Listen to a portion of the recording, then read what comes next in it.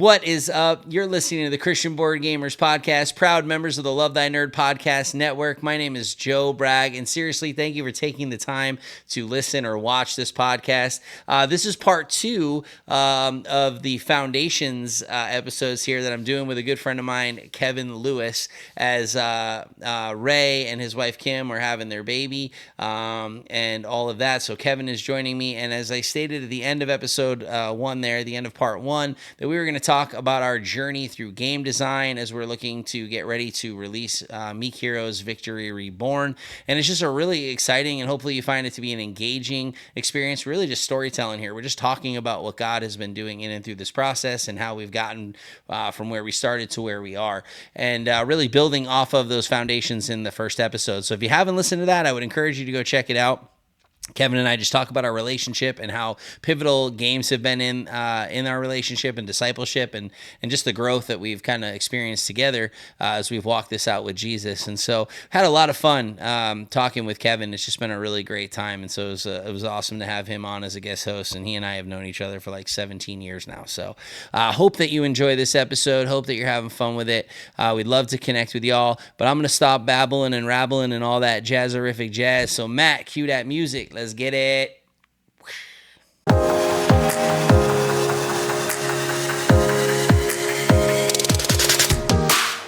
Welcome to the Christian Board Gamers Podcast, where we focus on Jesus, community, and board games. Let's have some fun.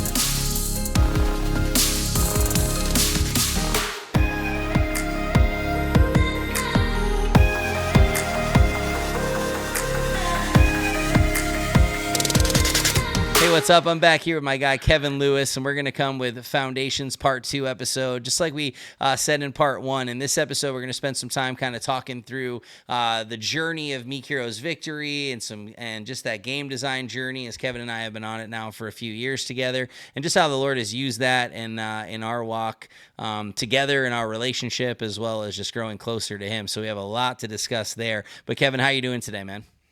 Fantastic. How are you, Joe?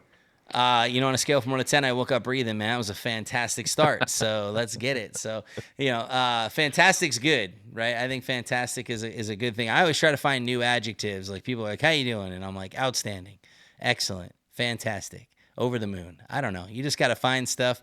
And then I have never used that one actually, but I think I will. Over the moon sounds like one you want to. I am over the moon today. What does that even mean? I think it means you're happy, right? I don't know. You floating? This is super good. This is Idioms, brought to you by Joe and Kevin. Last episode was a therapy session. This one is just therapy idioms. Session, right? Right. And if you haven't listened to the first episode, if you haven't listened to Foundations Part 1, I really want to encourage you to go over and listen to that. You can do it after you listen to this one. It's fine. You don't have to pause this. I know some people are like, pause this and go listen to that episode first. Promise you don't have to do that. But it would give you a little bit more context just in the relationship that Kevin and I have had over the years, and even get to hear a lot of the games that we've been playing and all that fun jazzerific jazz. And so super excited to be here.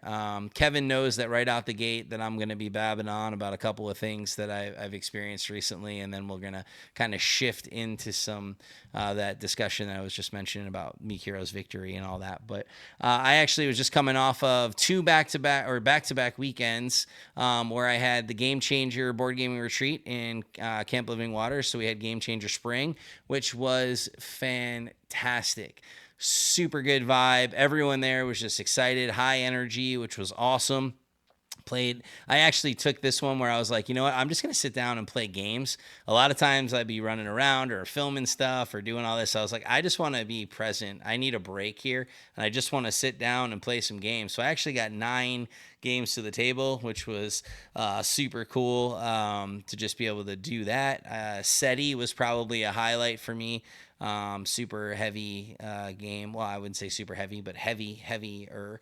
Lots of fun. Just had an absolute blast.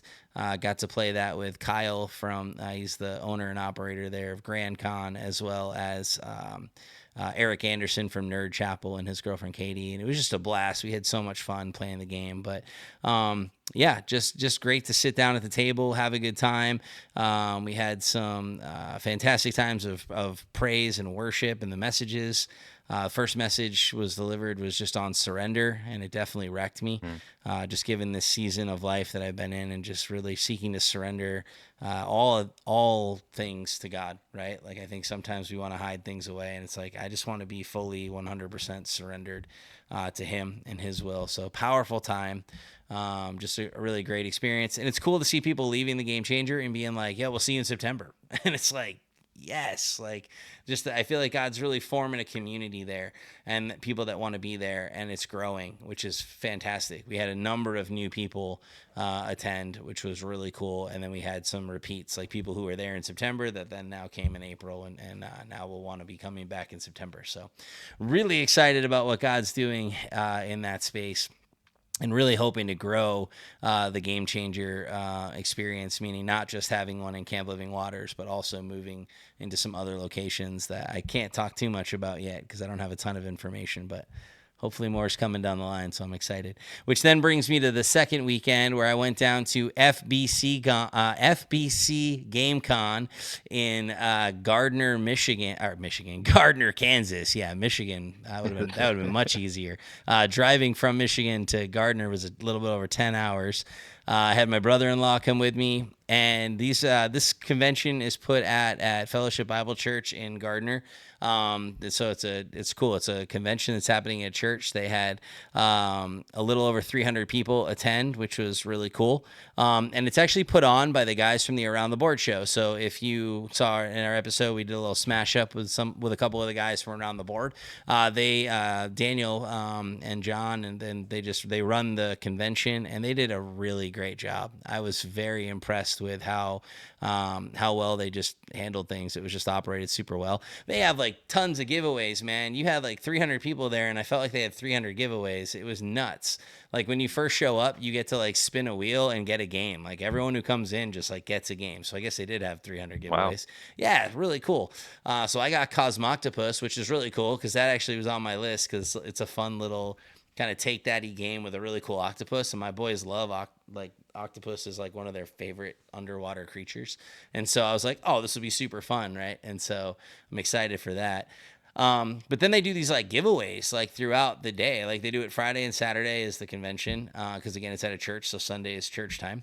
And so there's a lot of like set up, have the convention, tear down, and get out. But it just felt super good. But they do crazy giveaways. They had a 300-person convention, and they get it all taken care of Saturday night, so church is ready to go Sunday. Yeah, dude. Wow. Yeah. Oh, yeah, Okay. man. It was quite the operation.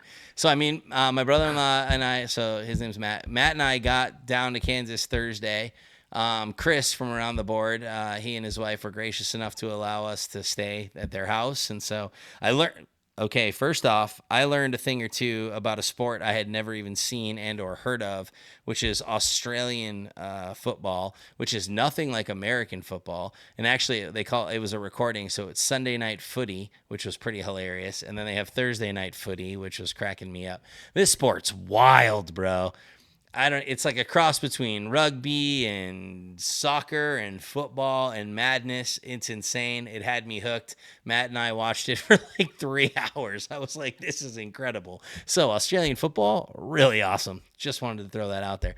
So we hung out there for a little bit, and then we headed over to the church, and then we just helped set up. Getting tables everywhere, getting the rooms going. You know, when we got there, the chairs were kind of already cleared out. So just setting tables up, setting the rooms up, getting the prize stuff going, getting everything situated. And then the convention started at 9 a.m. on Friday. And so, people started showing up, and they had never done an all day on Friday. And I asked Daniel, I said, what would make you feel like it was worth opening the doors at 9 a.m. He's like, if by 3 o'clock we had 50 people here, I would feel like that would actually be a pretty successful, like this would work, right? Because you'd have people coming throughout the day. I'm pretty sure we had over 50 by noon, right? Like it was like people just showed up, which was super fun. We started playing some games pretty early and just had a great time. And then, Saturday night at 10 o'clock, the convention ends. And it just literally many hands make light work. And a lot of people just stuck around and just cranked out tables and vacuumed and put the chairs back and picked up all the rooms and put all this stuff back. And so it was as if nobody was there the whole weekend.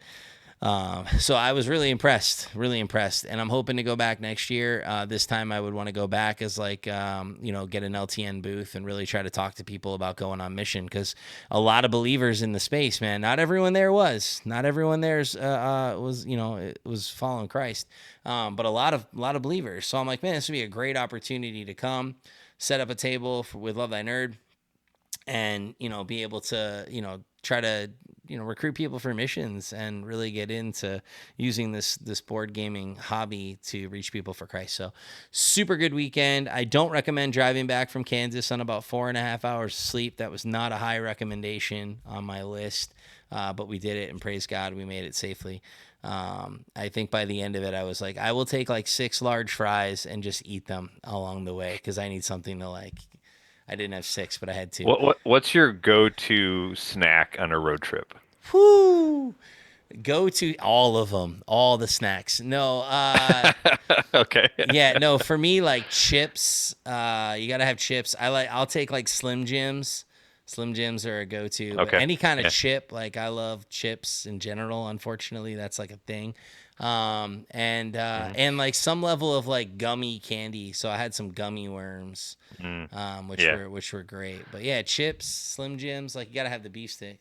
My brother-in-law brought like these super good beef sticks, and he brought these like.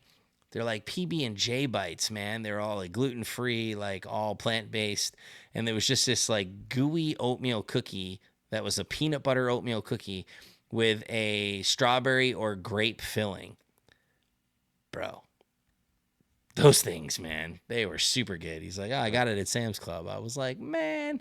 Yeah, how about you? What's your go-to? I always need a bag of Twizzlers. That's my chewy You are, candy. yeah, I know. I love remember, my Twizzlers. Yeah. I remember that. I remember at Grand Con a couple years Yeah. back, I was like, I don't like Twizzlers. Next thing I know, I've eaten half the bag. I'm like, the heck is going on here, man? Like, what just happened? And I turned out I actually do like Twizzlers. So, Yep. yeah, you do always tend to have the Twizzlers. That's good. I do. Yeah. That's all right. That's good. Did the convention at FBC Con, um, was there like games like you could register to play? Did they have events, or is it Yeah. just open play? Okay. Yeah, both. They had events, they had open Right. play, they had like a like a blood on the clock tower room, right? So you could do all that there. They had a paint and take that was hosted by Meeple-a-thon, which was really cool. And yeah, they had events you could sign up for. They did it through tabletop events. And all of that. I mean, it feels like Nice. a real convention. It's just, Okay. smaller. But I met a number of people from the Christian Board Gamers group. I had a lot of amazing conversations about, the new role I've stepped into with Love Thy Nerd and going on mission. Just connected with a lot of people. I mean, I had so much fun. I'm a pretty social guy, that, and like, around the board, like when Daniel was up there, he noted that Matt and I had come from like Michigan, so like whatever, blah, blah. During one of the giveaways, I had some DoorDash just show up. And so Daniel's got like everyone's in there waiting for the raffle and like trying to get this like award. And someone runs up and they're like, hey, someone's DoorDash is here. And he's like, DoorDash? And he's like, who ordered DoorDash? And I jump up. I'm like, oh, that's me.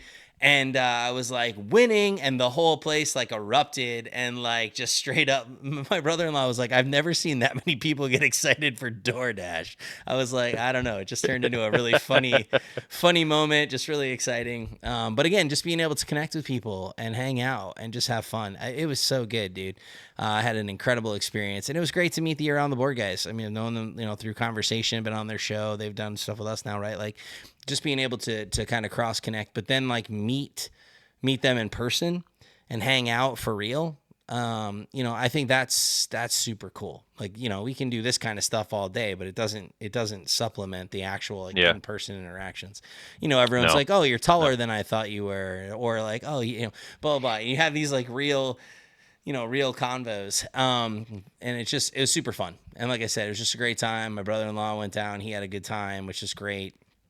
Played a lot of games. I think I got 9 or 10 to the table, and got to serve. I did a library shift, was a game liaison, got to do some of those things too, which was really fun. But it was definitely a power-packed couple days, getting as many games as you can at the table, meeting as many people as you can. And so, to kind of segue into our next section, it was cool. I did get to, I had an event for Victory where people could play. You did play with the designer kind of thing, and the couple people that were going to play weren't, just through some circumstances, weren't able to, and so I ended up with a couple other players through Daniel's recommendation. Like, hey, would you guys play this game with Joe? Like, cool. They sat down and we had a great time playing. We were having a lot of fun. You could see the wheels churning, them trying to figure out how things, worked. Like the game mechanic, I think they got quickly. They were just trying to find out the strategy and, kind of talk through some of the characters and why does this guy do this, etc. We just had some really great conversation. The game ended, and this gentleman by the name of Ryan, he won the game. The game ends, and he just looks at me, and he's like, he's a pretty heavy gamer, which is cool to hear this. He was like, man, this was a phenomenal experience. Like, I really enjoyed what you have going on here. And he goes, full transparency, I don't like deck builders. It's like my least favorite mechanic. And I'm like, you just spent 2 hours, like, playing. It was about 2 hours total with Teach and everything. He's like, you played a deck builder, that whole time. Like, thank you for doing that. And he's like, man, no, I had an absolute blast. It was so much fun. Really enjoyed it. I love the strategic moves. I really enjoyed how I had to, got to build my deck. He's like, it was really fun. And he's like, and this was crazy. This is where it hit me. He's like, if I had to rate this on BGG right now, he's like, solid 8.5, 9 for me. And he's like, I would play this. Wow. It was crazy. I was like, praise God, bro. And he was like, I'd play this anytime anyone asked me to play it. He's like, this was really fun. He's like, I thoroughly enjoyed it. I don't know if it's because he won, but like, either way, he was excited. And then the other guy that played, he actually kind of had to dip out. We just finished, and so he had to go. But he was like, yeah, I really like this, man. And I wasn't sure because he was like, straight-faced, has no real emotion. And I couldn't tell if he was enjoying the game. He's like, nope, I really like this, but I do have to run. And I was like, no, cool. So I didn't get a ton of feedback from him. But Did you ask Ryan like what specifically he liked about it compared to other deck builders? yeah, so I didn't ask him compared to other deck builders. We just kind of talked about like Right. why he liked it and what it was. And I think for him it was like the resource management. He really enjoyed, like, he felt like the theme, it was thematic. You know what I mean? Like where it like encapsulated the theme, the spiritual warfare, like you just kind of never know what you're pulling. And again, we played like a shorter version of the game. I know I said 2 hours. It probably wasn't that long, but like we played on the accelerated tracker, and I made the principality lower. But I think the first time people play Victory, you're reading cards like any deck builder. You're trying to figure out, but it's not like Dominion where you have a static. Here's 10 cards and they're all the same, and you can just read them as you go. Like, things change in this game a lot, so you have to get used to what cards do and kind of pick some strategies. And so the first play is always more of that learning game. But yeah, I know he thought it was super smooth. He said he had one like aesthetic thing, and he was like, I would just get rid of this word A, like pull this A out and then just use that. I don't need the A, I just need this. And I was like, yeah, that makes sense. That's fair. He said, but other than that, he's like, it feels like a really polished game. He's like, really well done. And it was just super encouraged, man. Yeah, I was really, really encouraged because that same thing happened on the Dice Tower Cruise. The people that played Victory on there were like, this was so much fun. Really enjoyed this. And again, you don't generally go on a board gaming cruise unless you're into board games. So I felt like it was a very valuable feedback. Not that I don't have friends that are in those spaces, but total strangers, don't know me. They're playing the game and they're like, yeah, this is really fun. I would definitely buy this and would play it again. And these are the cats. They're like telling me where they feel like it falls on the complexity scale, right? They're like, yeah, it's probably like a 3.5. Like, that's how they talk, where it's not just somebody that's like, I had fun, they're like, well, this is where I'd put it. And here so again, this has been very, very, very valuable feedback in this journey, knowing how much time, effort, and energy we've put into the game. Especially after having released the first edition and feeling like I left a lot on the table, to be able to come back and feel like we've done something here. And so it's been a very humbling experience, and now we'll kind of unpack that a little bit. But I mean, I kind of want to go back to the beginning, like here I am, Kevin, now having a conversation with you, and I just dropped this, I want to make a game thing. I want to hear that from your perspective. What went through your brain? Yeah, and I don't remember what summer it was. Like, was it 21 or 22? Because you were still doing the Meek Heroes music. Yep. Yeah, it would have been Um, 22. yeah, Yeah. 22 then. Yeah. So, and you were talking about like what's next, Hmm. and I mean, I think you were pretty like you had a high level concept of a spiritual warfare game, uh, calling it Meek Heroes. Um, I think you already were. Did you already know Jason to start art ideas at that Y- point? Yeah, because Yeah, he had done so that, stuff with the yep, hip hop and all that the jazz. hip, yeah, so that's how you knew that. So you had Hmm. an art person that would be interested. But I think like it was all like in your head, right? Hmm. And I vaguely recall start making cards. I said just Yeah. start making cards, Yep. like just write things down. And I remember the next day my phone was flooded with pictures because you just started making cards because Yep. any podcast I've listened to or blog I've read and you want to make a game, just start making stuff. Yeah. Don't worry about spelling, formatting. Is it going to work? Because you don't know till you make something. You got to get it like playable. Yeah. Yeah. Yep. I'm right. As soon as you said, okay, cool, you got an idea, start making cards. That weekend, we played the first Yeah. version. I mean, it was literally Yeah. like, bam. And initially, the game was a bag builder. So I made the if you remember, Yep. I made the cards, Yep. and those cards were basically like they were translated to tokens. So you kind of were building out a card Tokens. tableau, Yep. and then you were building out your bag, and then the token you drew, Yeah. you would trigger, a that effect, and then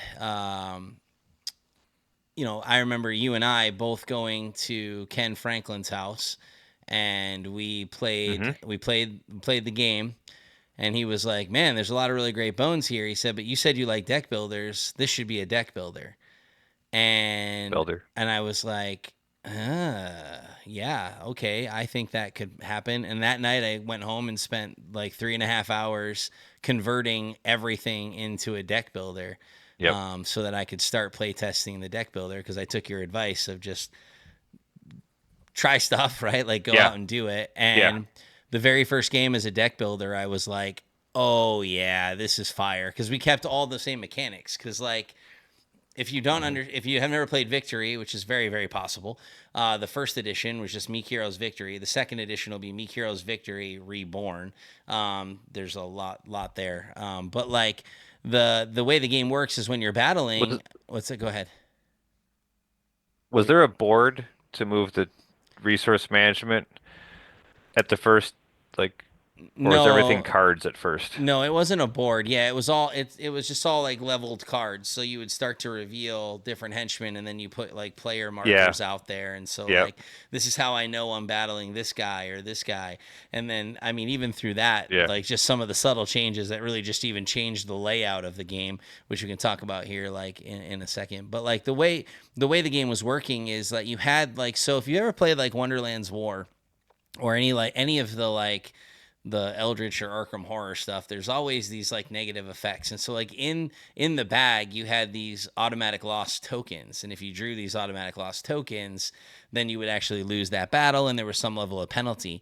Well, when you make it a deck builder, the automatic loss comes into your deck, but unlike most deck builders, you're not Yep. shuffling and then drawing out a hand of five and then playing out of that hand. The deck is used in battle, and now in a couple other ways, but like it's primarily used in battle, and you're actually shuffling and you're battling just like a bag builder. You're drawing out blind, right? So you're almost playing that like war blackjack, but made it way more interactive Hmm. and way more engaging, Yeah. so that it's Yep. not just like, hey, let me flip a card. It's like there's a lot of engagement and interaction that's happening between the cards, and so your deck build matters big time. But like, uh, so just took everything from the bag building idea and concept, and really just said, okay, cool, we're gonna lean in and make this thing a deck builder, and then tried it as a deck builder and was like, yeah, why did I even start with a bag builder here? Like at that point, it was just rocket fuel, man. Like let's get going. Hmm. Um, Well, but and then it was because it was a long game at first. yeah, oh yeah, Like yeah, even for two players, it yep, was long. Yeah. yeah. Because I think that was a factor. You're like, okay, how do we change the design so it's not as long. Yep. That was something and at this point, again, you haven't bought a prototype yet. You're still Mm-mm. just your handmade cards, Mm-hmm. sleeving them, and yep, Yep. Yep. And did that for quite a while. You know what I yeah. mean? Just trying to like get things moving. Um, and yeah, and then I eventually would start getting artwork from Jason, and I would slowly but surely start hmm adding it to the cards and like getting those kind of things set up and figuring out what the cards do and adjust and cost and all that stuff. Using Um, Canva, which is not the most right. not the go-to card design Not application. generally. No, not generally. But it's like, and again, this is also like we've never done this. So we can speak to this a little bit. Like when I said I want to make a game, right? Like and you were like, "Hey, I actually want to come alongside you." And you said something to me that was profound. It spoke volumes to me, but also You sure just that came from me? I'm not that usually that no, it profound, did. so Well, okay. it was profound to me because I think sometimes you don't always see what other people see in you, right? So like you said Mhm. to me, I want to help you because I've tried to help people in the past and it's just kind of fizzled out. And you said, "What I know about you, Joe, is if you start it, you're going to see it through." Right? And it was like, Yeah, man, that's cool. That spoke to like that's true. character, right? Like where it was like, okay, cool, we're gonna start this. We're gonna go because I know that I'm gonna see this thing through. But we both were like, we have no idea like what we're doing. Like you had some limited context in helping some other publishers, but I didn't Yep. have the slightest clue how to design a game. Right. And so I went with the more Yeah. crock potty type approach where it's like we're gonna do this low and slow. Step one, what does this even look like? Right. Step two, can we design a Yeah. game and just even get it to market? Made the decision early on that we were going to small batch. I had some people that thought I was crazy. You need to go to Kickstarter. You need to do this. And I'm like, hmm no, I don't because I don't have the time to learn Kickstarter right now. I don't have the resources for Kickstarter right now. And I'd much rather just focus on how to design and take this slow and learn and go and start to generate some stuff and do it small batch. And I am so glad I did. I mean, dude, I got to be on the Board Game Design Lab podcast, which was crazy. I just hmm messaged out to Gabe Barrett and was like, "Hey, Gabe, like, I'd love to be on your show. I'm small batch publishing. I think this is grassroots. I think it's a way to learn how to design. I think it's just, I mean, you're going to have to go through this process, right? And it's just different." And he was like, "Yeah, I love that. I think it resonates with our audience. Come on." And I will tell you, man, I've still, I mean, that was a couple years ago now, and I've still seen fruit from that episode where people have reached out. I mean, even Michael from Fun First Productions, he and I now are working on a whole series of games. It came out of that interview. He saw the interview, was like, "Bro, I'm taking a very similar approach, but I have a little bit more tools and experience. Let me come alongside you." And then Michael and I develop a relationship, right? And hmm he's like, "Yo," and so like this is all from that.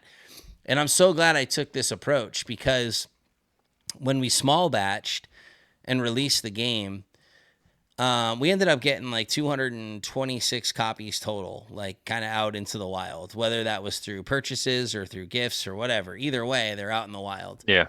And there were a lot of people who really enjoyed the first edition, right? They maybe didn't see some of the things that I saw, and Yep. it wasn't visually stunning because I was doing the graphic design. I'm not a graphic designer, you know Yeah. what I mean? Like I don't know what I'm doing. Yep. I've had to learn all that, right? Um, and now I think the game is much more visually appealing because I've learned even more of the graphic Yeah. design stuff. I think the game looks stellar. I think people now see it and they're like, "Wow, the game has an appeal. There's a table presence," which I'm Yeah. thankful There for. was a lot of iteration on your card design. Yeah. I mean, I was looking back at some of the earlier prototypes, and there's been Oh yeah. significant changes. Yeah. And I think, well, we started listening. I mean, I had listened to quite a few podcasts, but I think we were listening to those more and reading some blogs, and taking some of the input. I mean, I remember meeting with you up at YFC, on some Yeah. evenings, and we'd get the dry erase marker board Yeah. out and be like, "What if this card did this? What if Yep. it did this?" And we just like no idea was stupid, and then we would take those and be like, "What fits the theme? Does it Yeah. is it fun?" Right. That was a big thing. Like, what is fun? Yeah. Because you can put a lot of ideas into a game and make it work, Hmm. but are they all needed to be fun? Yeah. Well, and then that's also in those whiteboard sessions where you had the idea to go a little bit more asymmetrical, right? Where it was like, well, what if these heroes played into different parts of the game? And then I remember that whiteboard session where like, well, what are all the parts of the game? And then we broke it down and, well, what character is going to do Yeah. what? Well, this character should be mech focused. This character should be resource focused. How about these guys are really Focused. dealing with like deck manipulation and those kind of things? And that opened up a whole new world. Yeah, that did that. I did that. Yep, there you go. But I mean, that opened up like a whole new, like, okay, cool. Now we're getting, but then it turned into, well, heck, how do we balance this? Because, you know what I mean? Because now you've got all these different things happening, and it's like, whoa, man, okay, like it created a whole new thing. And then it's like, well, is the card cost too much and all this stuff? And like, so by the time we were done with that first edition, I think we had some really good bones. And you know, so when it went out, this is another reason I'm so thankful that I didn't do like some massive Kickstarter, is that like, because I immediately was like, we can do better. And I knew it. And what had happened, like after the first one was out, I'm like, I started having this idea for an expansion.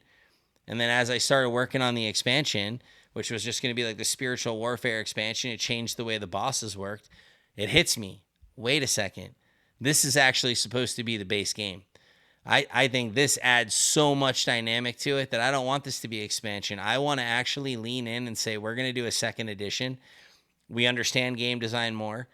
You know what I mean? Just working through that process. You and I obviously had grown together in that space through that first one. And I hadn't mentioned, for those who don't know Kevin, Kevin's a project manager for a pretty large company out here that shall remain nameless for the sake of the podcast currently. That just makes it sound super mysterious, right? And Kevin's really good at his job. And so for Kevin to say, hey, Joe, I want to come alongside you and help, Kevin took on those project management aspects, the goals, the making sure we're on track, what's going on, challenging me, because Kevin's also a big gamer, to think outside the box and those kind of things. And so, you know, and so that once we got this thing done, it was like, cool, we did the thing. But I'm glad I didn't do the Kickstarter, because I didn't have 1,000 copies or 500 copies or whatever copies sitting around my house where I'm like, well, that's a waste. You know what I mean? Like, I didn't have that because we did this small batch, and the copies that went out, I mean, for all practical purposes, they went out to people that were interested in the game, you know, or whatever, right? But then when we started working on, I started seeing that this expansion really needed to be the base game. I was like, let's start working on this second edition. And by the time the second edition comes out, it'll be enough time for a second edition, right? Like, it's not like they're just, I didn't, you know, Dune Imperium Uprising the thing, you know, there's a gap here. But it's like, really saying like, okay, this time I want to make the game visually appealing. And I want to make sure that we really lean in and change the things that I felt like needed to be changed and adjusted, and add a lot more of a fun dynamic to this game. And man, when I zoom back, and I was looking at the old cards today too, because I'm walking with somebody and they reached out and said, hey, can you like help me? I have this game idea, and their game idea is great. And I'm like, this is hilarious. And they're like, would you help me? Like, kind of, how do you get this thing to even be a game? And I was looking at some of my old cards, just trying to be like, hey, this is how you can do this. Like, here's what not to do, and here's what you can do. And I was just like, wow, like how, like you said, the different iterations and how far the game has come. But one of the things, Kevin, and even like, ahead. Go ahead. No, you. I was just thinking, I mean, components. Yeah. We went back and forth a lot on like how to keep the cost down. Yep. 1,000%. Thick player boards versus thin card count. Like, yeah, I mean, like, oh, did the math. I've got 2 card slots now. What do we make them? Right. Like, right. Yeah, because you're learning all that. When you talk about card sheets and 9 cards per sheet, and you know, this is stuff like every game designer goes through, but like you said, it was new for us. So. Right. Yeah. When I'm like, wait, I get 18 slots. Oh, that means, okay, cool, I can do this now, right? And you walk through that whole process. Yeah. What I was gonna say though too is, even especially as we started getting into the second edition and things started opening up, and I think this relates to our walk as well, is that you challenged me on some things, Yeah. right? Like, and we should be doing that in our walk with Christ, right? Like we should be challenging one another, spurring one another on to loving good works, like challenging each other to grow and see things that maybe we don't see. Yeah. And I think specifically about this going to a single resource. Because the original, one of the things that people liked about the first game was kind of that splendor, like puzzly, like collecting these different colored resources in order to be able to get the thing they want, or like be able to like activate the special action they want to activate. And I loved that aspect, right? I liked the puzzly, like, oh, cool, I need to go here, and if I don't go here, and it made the game kind of have that puzzly sort of feel. And I remember you being like, would you consider going to one resource to kind of speed the game up and just simplify some things? And I was like, yeah, no. What are you talking about? Nope. Like, That was a solid no the first time. Yeah, I was like, that changes everything, Kevin. Like, oh my gosh, what are you talking about? And how long did I resist that? I mean, I feel like it was quite a while. A few months. But again, like I always said, like it's just my one idea. Right. I'm not saying it's wrong or right or good or bad. Like run it by a few people, because it was one of those things where it's like I was always like it was a fun puzzle. Yep. But to manage the 4 different types of resources, and the colors look nice, but it took longer to get to the battle, which is the most fun about the game. Right. So I felt like I knew you wanted it to be worker placement with deck building, and it obviously still does that. But I felt like let's get to those things sooner than later, as opposed, okay, I've got 2 Onyx, I've got 2 Jasper, I need another Jasper. Yeah. Like, yeah. Yeah, and I sat on it, and I didn't sit on it. I rejected it outright for 3 months or so. You rejected it outright, and then I remember, man, like I think we've talked about it in the past on some podcast episodes somewhere, but it's like sometimes the shower is like the spot, right, where like you're just Right. you're in the shower, there's no distraction, just boom, and it comes.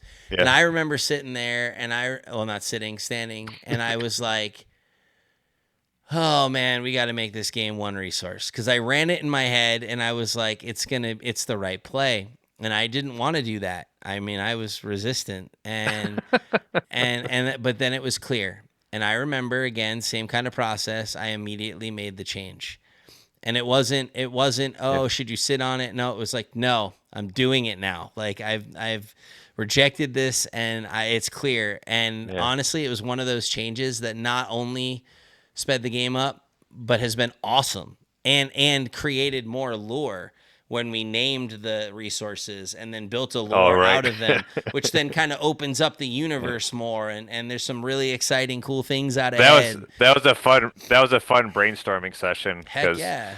We'd meet on a Thursday night, and then Friday morning, like I'm working from home, and I'm like, thoughts would just come in, and we'd be chatting back and forth, like, what do we call these things, as opposed to just gems? Gems, right? Because that thematically, how do they fit? And like, we were able to really come up with a unique lore, which, like I said, there's some exciting things out ahead, and I'm excited because these gems, or we have called them the Embers of Eden, have got their own lore to them, and now they've opened up the universe in some really interesting ways.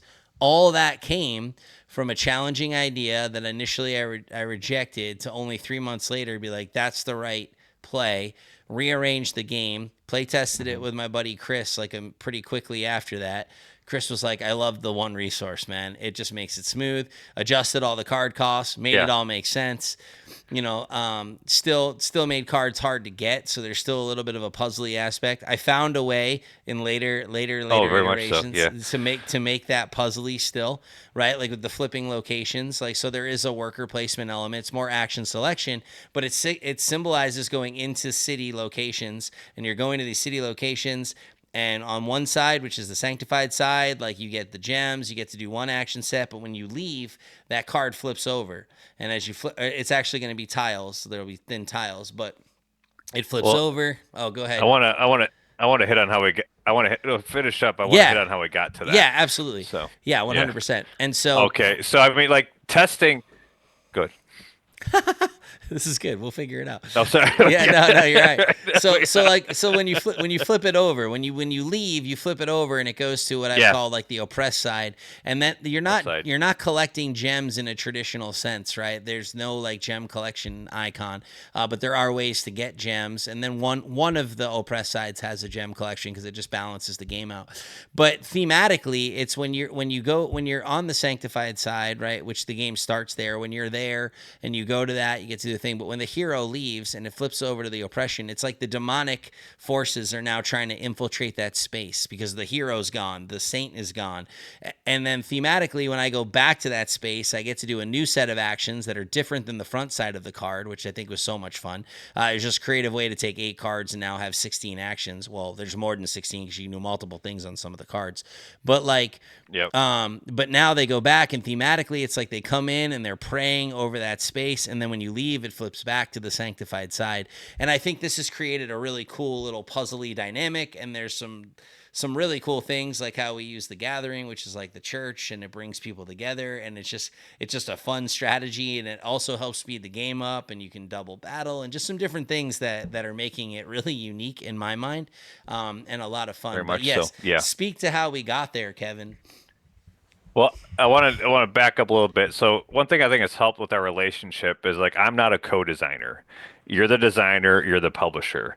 So I'll provide feedback. Yeah. But like let's say you decided to stick with multiple resources. I was fine with that. Like, hey, that's what Joe wants, so let's make it work. Yeah. So that's one. I mean, not that we couldn't co-design at some point, but I think that helped where, I was always at ease with like, I'm like, here's an idea. What do you think? But it's you make the final call. I mean, Yeah. so, but we going back to like testing, like that was sometimes a challenge. Like, how much do you test? And so we didn't have a play test group. So we had, our common friends, and I even got to other people, whether it was tabletop simulator or in person. Yep. And that always helped.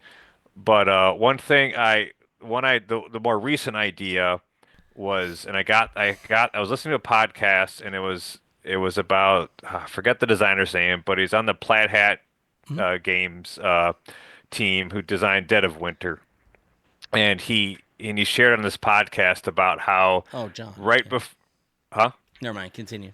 right before right before getting it to the manufacturer, they just got a bunch of copies at someone's place and just played. And so I'm like, Joe, we need to do that for your game. Like, let's just, so we got a place, and I think about 10, 15 people, maybe 12, maybe like 10 or 12 people. We got food. We made sure there was food and snacks, and we had three copies of it set up. And I mean, I played it 5 times, I think. Yeah. It was a good solid evening. 7 hours of play. Yeah.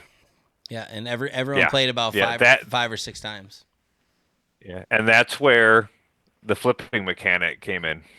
Yeah, that's when you went with that direction. Yeah. Yep. Because what we were seeing is that the action selection got a little static, and I mean, people still did it, but it was almost predictable. Like, I'm just gonna go there. I'm gonna do this thing, and so.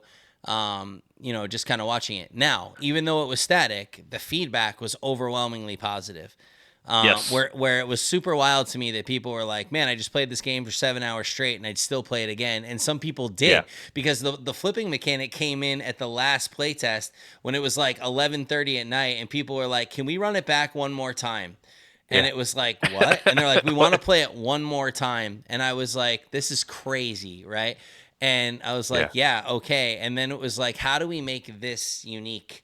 Like, how do we take some of the static out? And then it was just kind of like, we sat on it. And then through the process of conversation, it just turned into like, what about this? And I had, if you remember, had been playtesting another game I had been working on way back where there was that flipping mechanic where I was like, oh man, I'd love it if the actions flip. We tried playtesting it once or twice. It really didn't go anywhere, but that flipping mechanic was cool. And so then it was like, well, what about this? and then started. And then my buddy Chris was like, Joe, what if the other side was like, signified some level of demonic oppression? And I was like, oh, that's fire.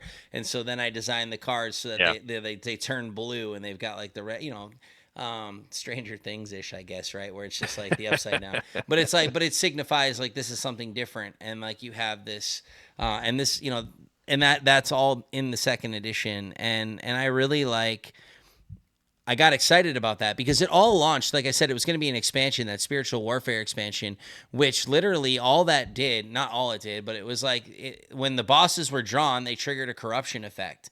But then once they were redeemed, the agents and the henchmen, they joined your deck, and now they operated as upgrades. Your deck. And that was like the initial spiritual warfare expansion. I was just going to add those bosses in, you use those instead.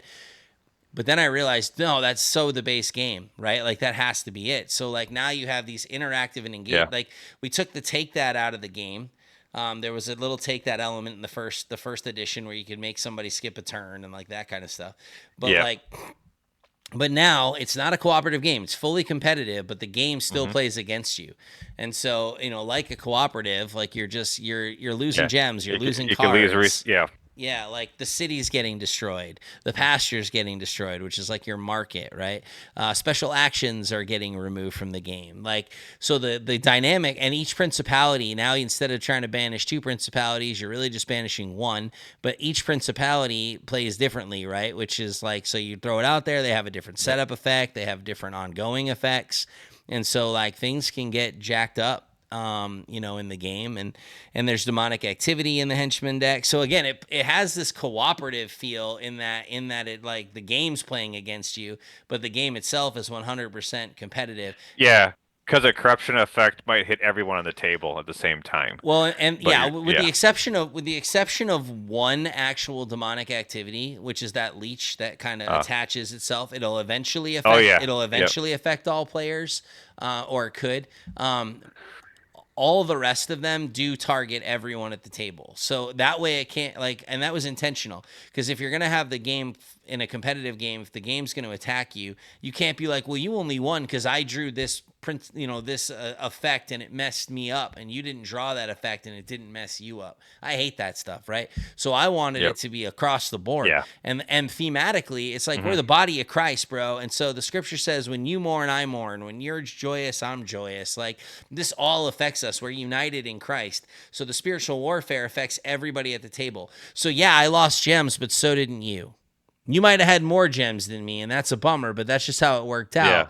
But we all lost something here. And so I don't feel so like, oh, man, like I'm going to lose because I drew the you lost all your gems card. Well, no, I drew that card, but we all lost all of our gems. Okay, it doesn't feel as bad because we're in it collectively in that regard, and that was important. Together, yeah. Yeah, especially with the game that attack when the game is attacking you. And I think this is what's making it fun, man, is because people are like, yeah, it's attacking, but it's attacking all of us, and I never know what I'm going to draw, and I'm just hoping that I'm not going to draw one that removes resources.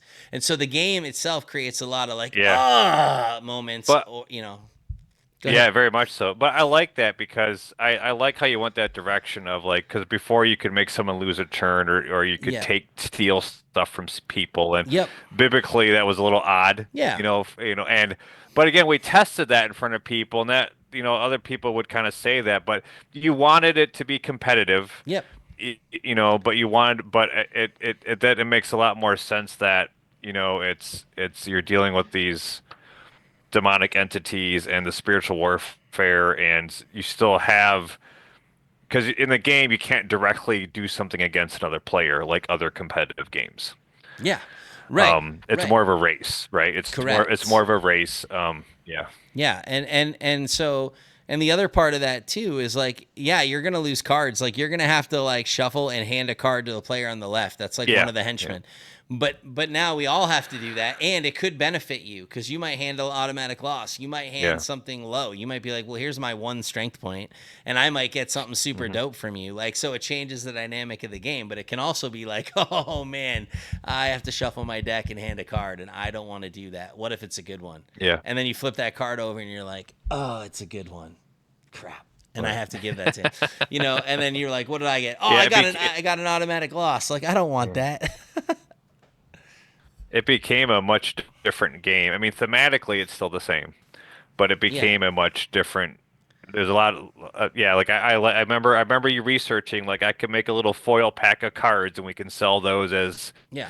an expansion pack. Yep. Like that was, and it just bringing it into the base game made a lot of sense after a while. But it's a long process. I mean, Yeah. now we appreciate what goes into these games that we play. Yep. It's like, wow, there's a lot of blood, sweat, and tears that can go into the stuff like this. Yeah, yeah, and I would say to the Yeah. thematic point, yeah, it's the same theme, but it's like amplified. Now it's much more thematic in its Oh in yeah. its approach and its Yes. delivery, and even just the way Agreed. things look. I think it just feels that way. And again, do I think the game's perfect? I mean, it'd be awesome to say yes. No, you know what I mean? Like it's not. Is it the greatest game in the world? No, it's not. Like, and I can say that honestly, but I can say this. Have I given it my all, and I have treated it as though like I want this to be the greatest game in the world? Yeah, absolutely, man. Like that's my approach. I want to do this with excellence. And that's when I realized when we released the first edition, I'm like, I know that I can do better, and now I know more, and I also know that I could really take Yeah. the good things of this game and magnify them, because I, again, just learning. And the cool part is that instead of people being upset with me, people have been super supportive, where they're like, yeah, I support a second edition. I love this, but I'm excited to play, the second edition. I mean, I learned that there was a couple that had played it over 50 times and they log all their plays like for the first edition. Wow. Yeah, I know, right? But even that couple was like, yeah, we're super excited for the second edition. And I'm like, that's amazing. Like, like talk about melt your heart, right? Where it's Yeah. like, this is incredible. But it's like, I want to do right by those who have supported me, right? Like in this endeavor. And I really want to put out a quality game where, like, again, like I said, I'm sure someone will find some flaw somewhere. It's bound to happen. The game's, it's like, because of the nature of it, balance is it's tough. You got to work through a lot of different processes. Someone might find something. That's fine, right? We'll address those things if they come. But I think we have worked through so much of the process where there's a lot less of that, right? And there's just a lot more. Well, Go ahead. Yeah, well, I mean, there's balance, but you also intentionally kept overpowered cards. Absolutely. Because we would compare your game to like Magic, Yeah. Yu-Gi-Oh, sorry, Pokemon, like Yeah. these games where you build a deck, and there's intentionally like OP situations. Yeah.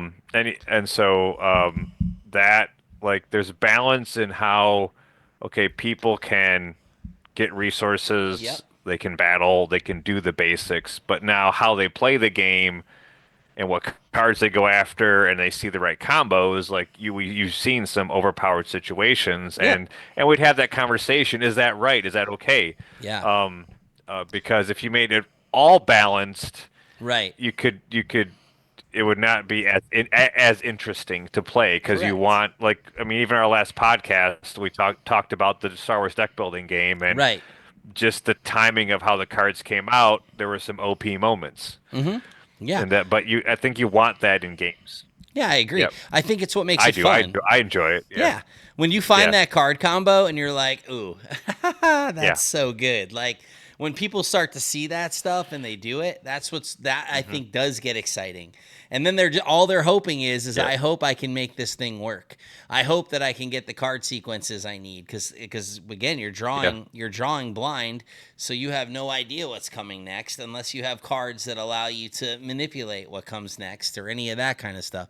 So like I think you can set that stuff up. And again, we wanted to make it more hero centric, where the hero cards came out more. So, I mean, it's a game about believers. So it was like, hey, duh, brain moment. Why don't we have the Holy Spirit in each of the starting decks?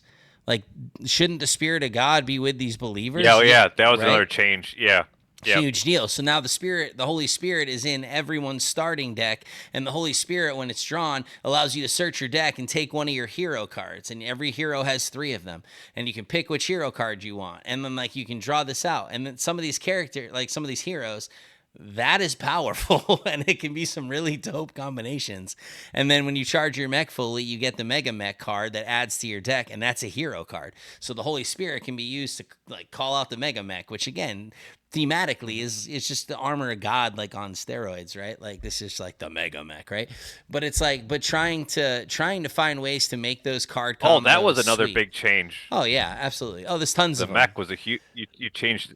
The whole Yeah, mech dynamic is different, man. how you did Like, the mech. yeah. Yeah, you went from mech batteries to cards, and Yep. I think a big lesson learned was in testing was not trying to win, but trying to break the game.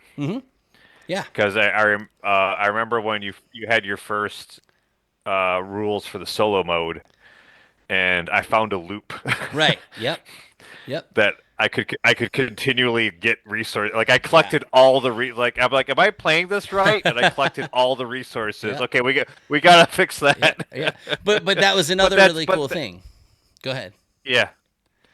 But yeah, you gotta when you're playing, you gotta like try and like break it and see what works, what doesn't work. Not trying to beat your friend Right.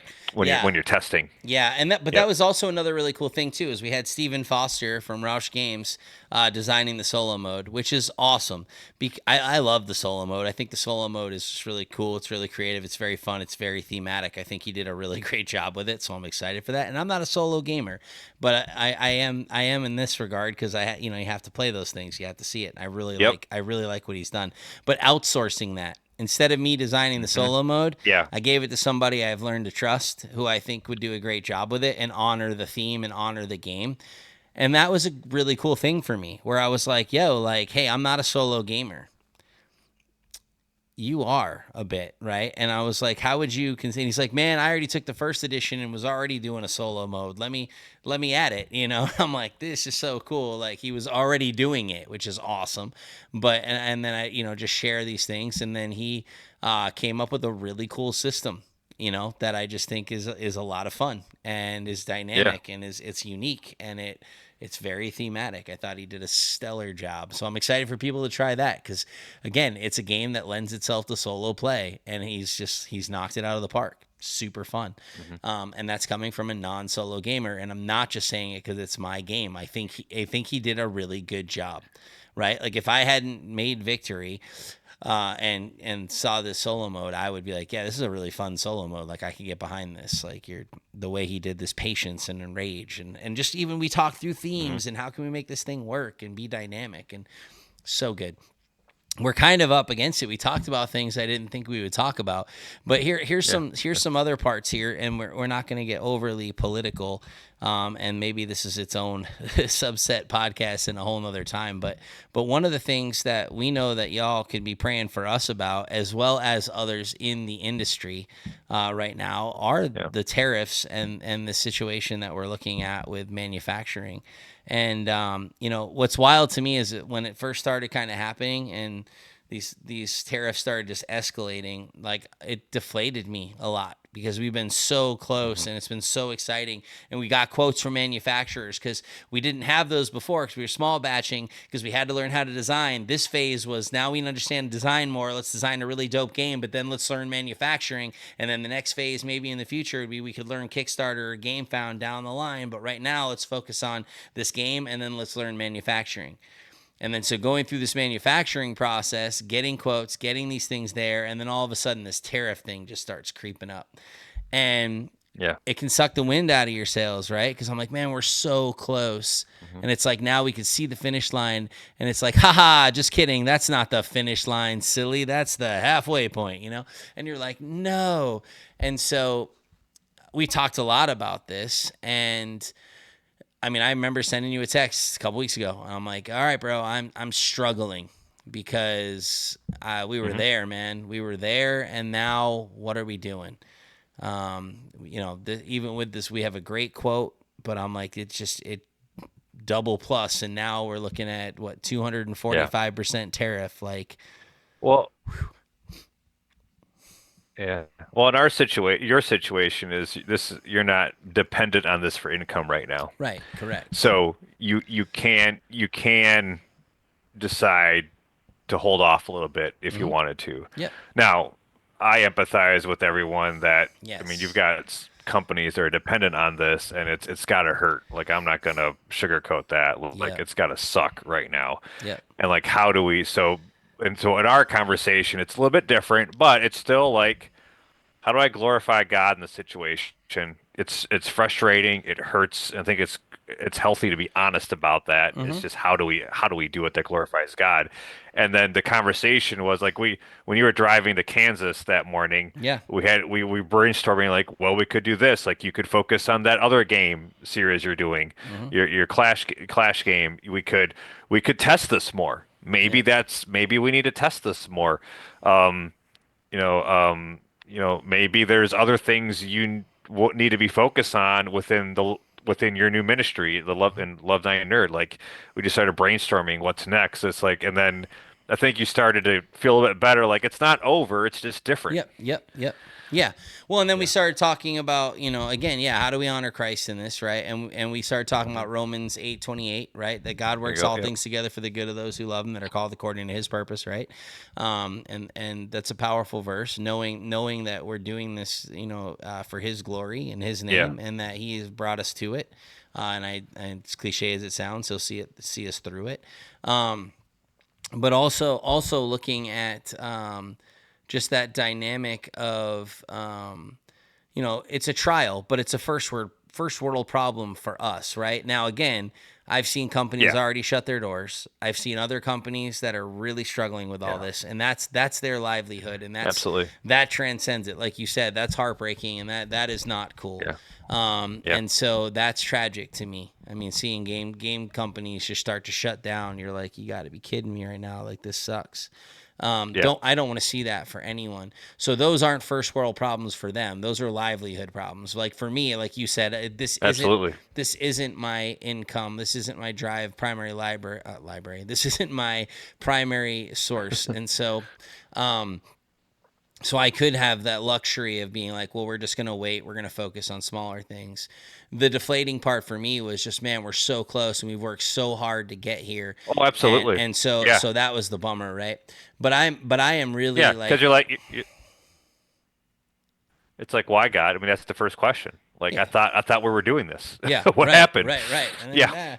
then, but again, in comparison to where some others are, because they've been in the industry, they've built businesses, they have these things. That's a completely different world that we need to be praying for these people and find ways to support people in and through this. I believe that. And again, being the hands and feet of Christ, this, a lot of times, and it's cliche again, but dark times allow the light to shine brighter, right? So we should be shining in this space and really just ministering to people that are hurting, which Yeah. is the call. But yet, simultaneously, like I said, yeah, it sucked the life out of the sails a little bit. The wind, I just crossed metaphors. It took the wind out of the sails. It sucked the life out of, whatever. Sucked the life out of the sails. The Those are sails. inanimate objects, those sails.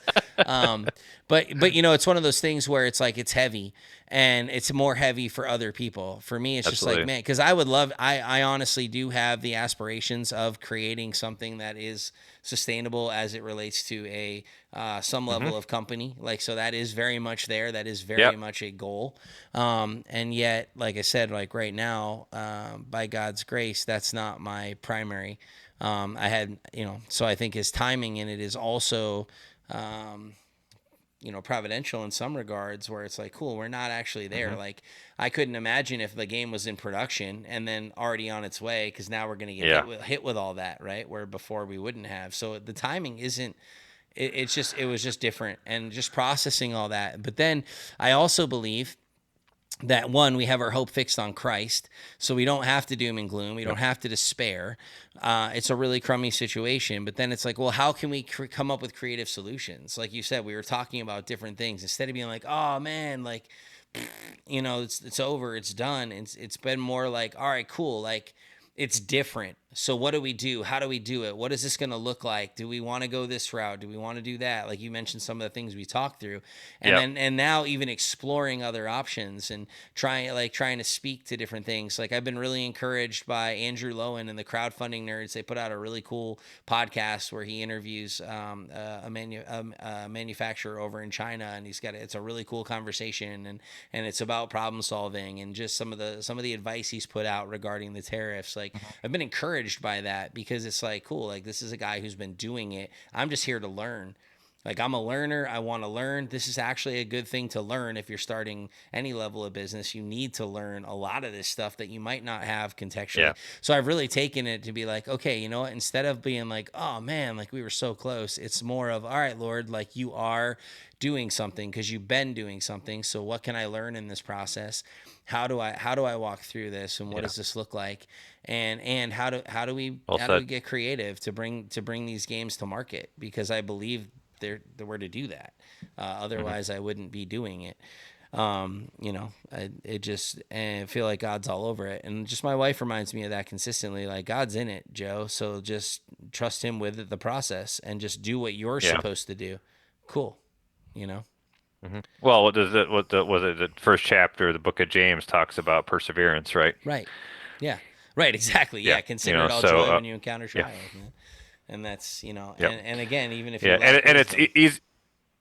Yeah, easier said than done sometimes. But how do we be slow to anger, and trust God with this? But I think it's right to be like when it hurts, we gotta confide in the people that we trust and care about, and be honest about those emotions. Yeah. Like, and there's a way to be able to do that glorifies God, and but yeah, it's not to take lightly. But then as Absolutely. that process, right, of like, I'm sad, I'm crying, I'm angry. Okay, what decision do I make for my family, for my business? Yeah. It's and as a community, how do we hopefully people are sharing what they're learning and what they're doing through this? Right. Because there's a lot of publishers that get stuff out of China. So, Absolutely, absolutely. yeah. And so, again, I usually tend to see things like this as opportunity, right? Like, okay, there's an opportunity to learn, to grow, to figure some things out. Like, what do we got to do? And it's not bad, Right. even though it's hard, but yet there are really bad parts of it, and that's just those parts are crummy. And so I hope we come to some level of resolve here shortly.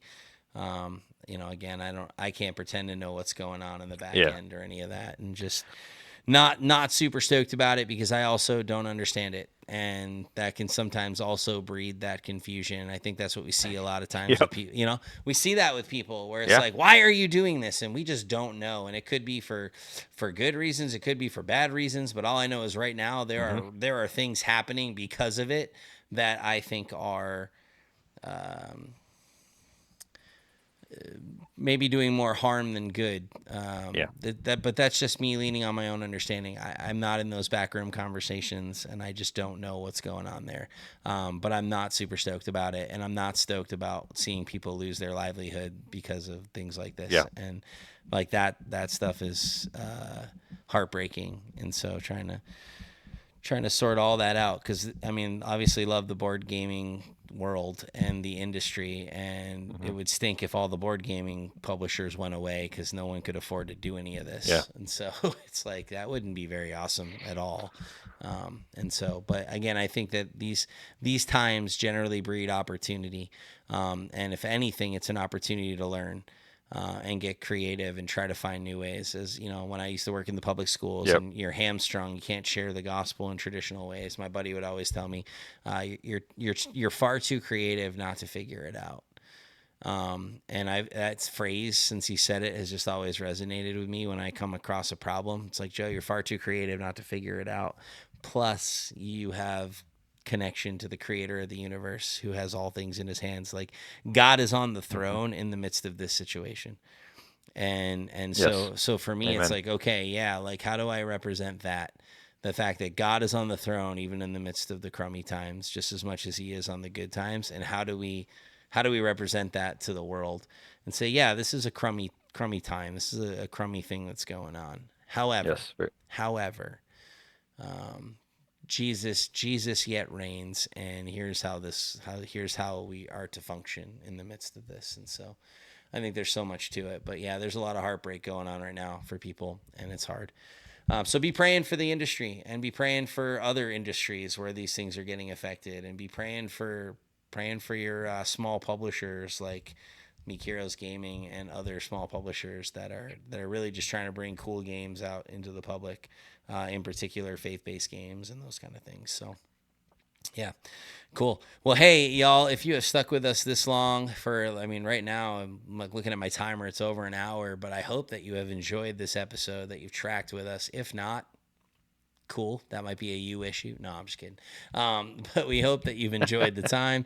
Kevin, it's been great having you on these couple episodes. I'm sure we'll do it again in the future. Yeah, thank you for having me. Yeah, man, I appreciate you stepping in, and we'll end the podcast with this. Ray and Kim have officially had their baby, and it's all going super well, which is great. So praise God for that. And so we're just super happy and stoked for Ray, and we'll have him back on the podcast as soon as he is ready. It won't be when he's gotten sleep, because we know how that goes when you have the brand new newborn. Sleep is not an option, so it's going to be great. It'll be really fun episodes when Ray comes back sleep deprived. It's going to be dope. Great. It's going to be so good. But so thank you all for taking the time to listen. If you got any questions, comments, cares, concerns, feel free to email us at christianboardgamers@gmail.com. It's christianboardgamers@gmail.com. If you're not a part of the Facebook group, want to encourage you to be a part of the Facebook group, Christian Board Gamers on Facebook, but go to the group, not the page. There's almost 4,000 people a part of that group. It's a cool community. We also got the Discord, Christian Board Gamers. Everything's just Christian Board Gamers. You can find it anywhere by putting that in. You'll find a website, you'll find social media stuff. It'll be all over the place. So would love to connect with y'all. And as always, let your light shine before others, so that they may see your good works and glorify your Father who is in heaven. May we represent Christ in all that we say and do. Until next time, peace.